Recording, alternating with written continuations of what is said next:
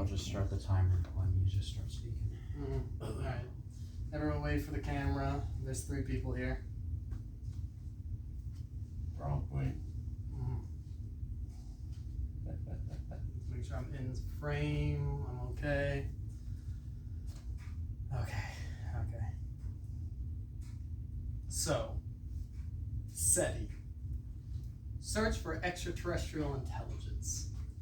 Originally, it was a subdivision off of NASA until they got their own separate funding and they became their own institute doing their own research.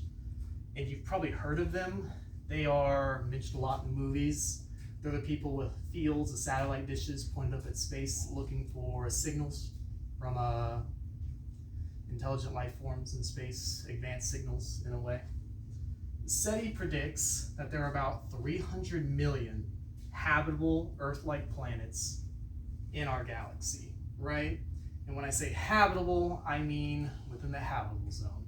Not too far from a star, not too close, liquid water, reasonable size close to Earth, which means they have similar Earth-like gravity, which means they can probably form an atmosphere.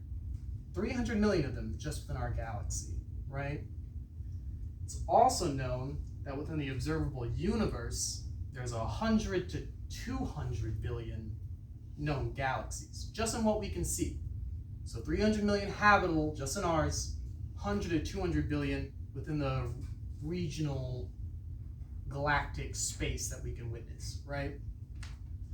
So with this knowledge, we must ask ourselves, well, we know aliens exist, right? Like statistically speaking, they probably do given those numbers. There's no way this planet's the one unique one out of 300 million out of 100, 200 billion.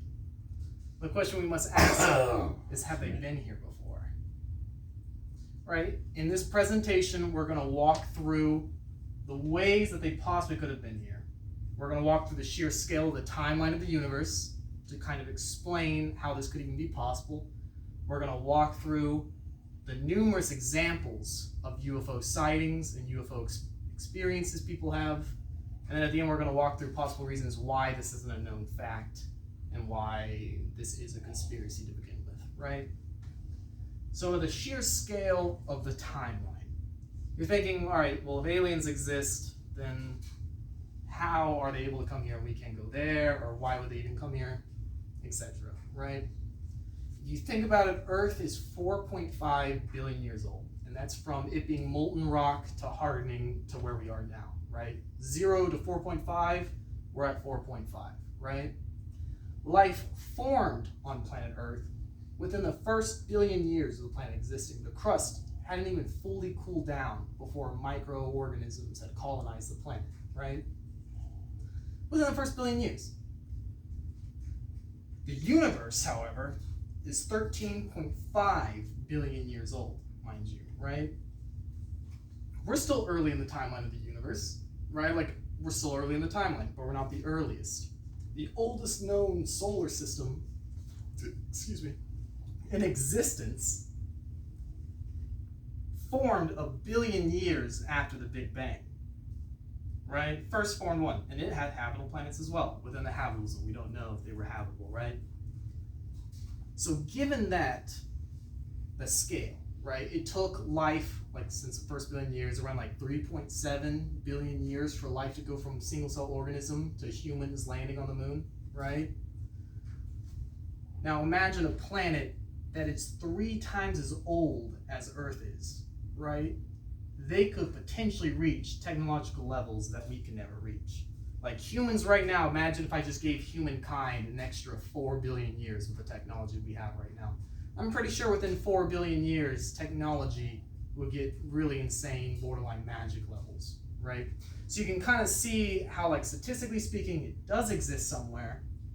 And given the grand timeline of the whole universe, it's potential that there could be an ancient civilization that was like, their planet existed before our planet was even formed, kind of thing. Moving off from that, we can go on to the UFO sightings, right? Now, before we go into the whole our conspiracy theorists, right, we need to just kind of talk about, there are credible examples of UFO sightings. And they were so credible, in fact, that like we all know Roswell, right? Like in the late 40s, It's kind of what jump-started the UFO craze, Roswell, New Mexico. So we all kind of know that one. We all heard the debunking things, that it was like a weather balloon, whatever kind of stuff, right? Well, the thing we have to keep in mind was that around that time frame, the Cold War was going on, right? In the US, Russia, everyone's kind of tense. And there were so many UFO sightings that happened all at once, post-Roswell, the US government actually started investigating into this, right? They started something called Project Blue Book. Now, Project Blue Book went on until like around the 60s. And during that time, they went to anybody that saw a UFO, they went to their house, interviewed them, and got like a list and like created a whole compiled book of every single UFO sighting, see if there's any correlation, right? Now, this project was shut down before the 70s happened. But it was shut down because they couldn't find any conclusive connection between the UFO sightings in Russia. They did, however, keep Project Blue Book open for only of matters of national security. So what that meant, if mom and pop saw a UFO, the US government's not going to investigate it, but a pilot or an air base sees a UFO, and that's getting investigated, right? So from that, we can kind of tell that there's plenty of evidences and stories of people saying it, with government intrigue being like, what is going on? We know it's not Russia, but we know it's nothing crazy, but we'll investigate if it messes with the military, but otherwise, let's just kind of avoid it. Now, moving on from that, we go on to the whole, why is this not commonly known? And I mean, the Department of Defense has released a lot of videos recently and have disclosed a lot of information about aliens and what we know about them. But truly, we don't know why it's so shrouded, right? Potential hypotheses could be implications of religion, like maybe the government does know and they just don't want to cause mass panic. Maybe the government does know and they're investigating it for advanced technology. Maybe the government does know and they're just trying to keep it a secret for national security, competitor edge kind of thing like that against Russia or other entities. Another theory is that maybe aliens don't want us to know. Maybe they are the ones calling the shots right now. Maybe they're doing some Star Trek stuff, doing like Prime Directive, don't interfere until they reach a certain level. All in all, we don't know why it's not known. But to summarize, the math is there. The math is there, right? Like the numbers are there. Life does exist in the universe. The real question is, have they visited here? It is possible. The timeline allows for such a thing to occur. We have the sightings, we have the evidence, we have the government itself researching and looking into it. And we have possible reasons why they wouldn't want the general public to know, or why aliens potentially wouldn't want themselves to be known. So the real question is we all know they're there.